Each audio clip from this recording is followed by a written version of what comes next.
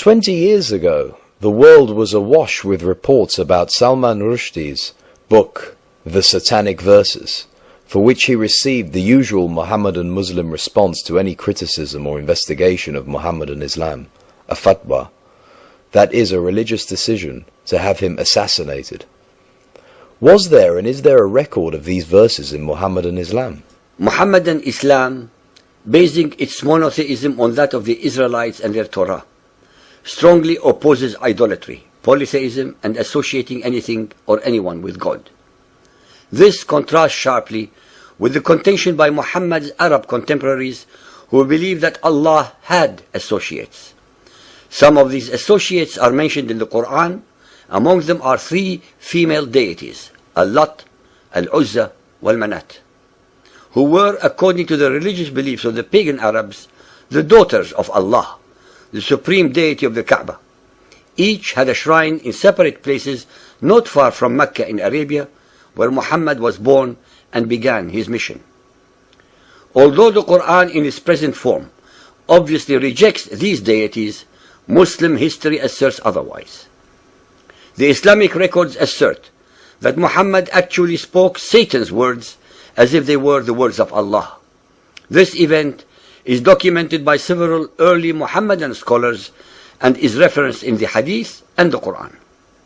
Later Muhammadan scholars, ashamed and embarrassed that their self-declared prophet spoke Satan's words, denied the event occurred. A myriad of excuses and contorted stories have been put forth by these later scholars to cover up Muhammad's sinful error. It must be very clearly pointed out that the Satanic Verses event is not something made up by non-Muslims. The event is recorded by the earliest Islamic sources available reporting on Muhammad's life. No one should think that it is a story made up by people who are critical of Islam. It is an episode directly found in the early Islamic records. This subject is one of the most controversial in Muhammadan Islam because allegedly Satan was able to deceive Muhammad and thus insinuate himself in the Quran by causing Muhammad to recite his words as if they were Allah's words. Muhammadans always use the mantra, bring forth the proof. Well, the proof is as follows. This event is actually documented by the four early biographical writers of Muhammad's life. Ibn Ishaq's Sirat Rasulullah, Al-Waqidi, Ibn Sa'ad's Kitab al-Tabaqat al-Kabir, and Tabari's History. The Hadith and Quran also contain direct references. Additionally, several other Islamic scholars on Hadith, called traditions, support the event's occurrence, such as Ibn Abi Hatim, Ibn al-Munzir, Ibn Marduya, Musa ibn Uqba, and Abu Ma'shar. It is all the more strange that Ibn Hajar, a recognized authority on traditions, insists on the truth of this report and says, as we have mentioned above, three of its chain of narrators satisfy the conditions requisite for an authentic report. Because of time constraints, we shall explore Al-Tabari's version of the events, and those who need more detail should go to our definitions section in our website. Tabari Volume 6.107. Satan casts a false revelation on the Messenger of Allah's tongue. The Messenger of Allah was eager for the welfare of his people and wished to effect a reconciliation with them in whatever ways he could. He longed in his soul that something would come to him from Allah which would reconcile him with his tribe.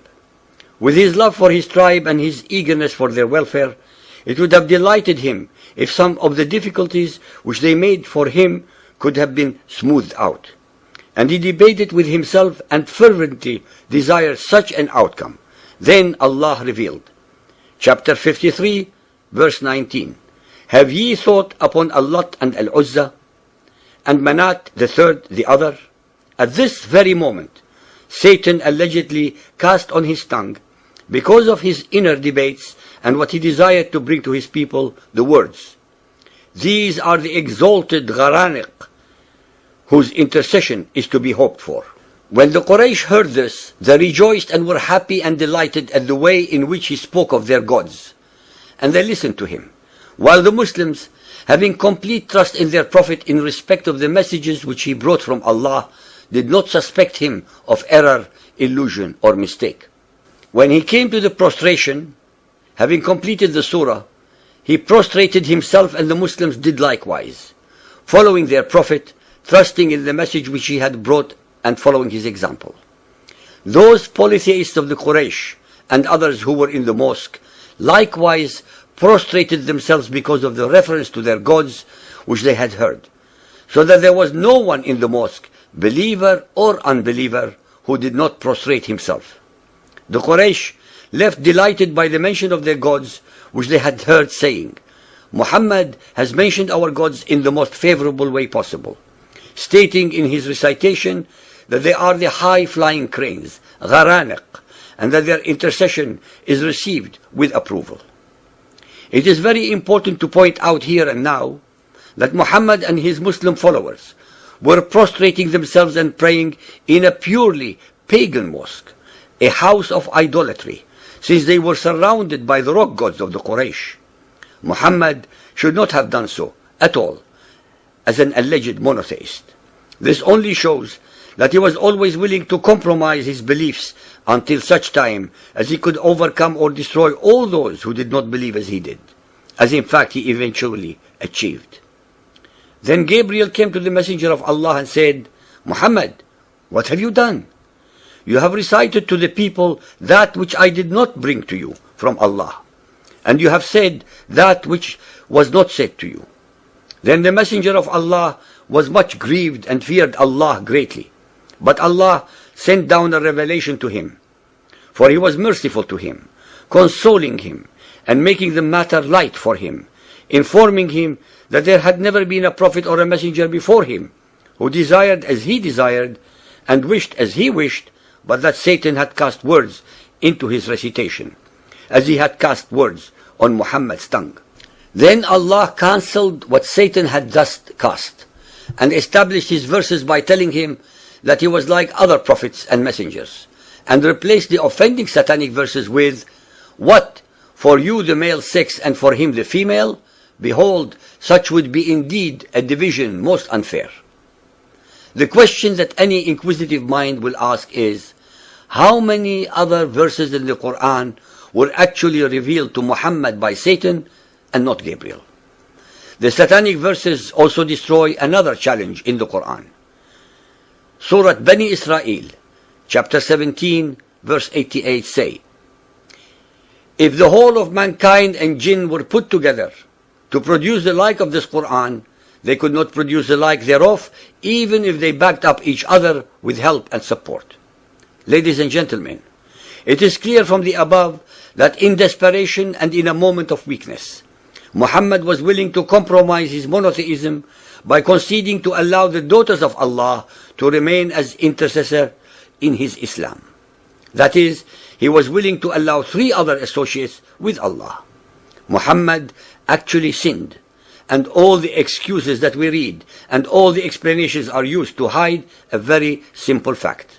Muhammad kafara because he associated other gods with Allah.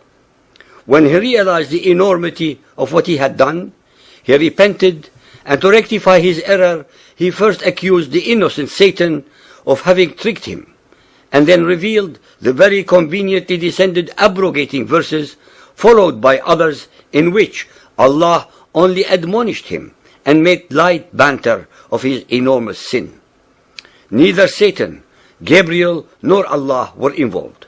It was all Muhammad at his very best, deceitful, wily, beguiling, and very much in control of his mostly very superstitious, ignorant, fearful, illiterate, and totally obedient flock.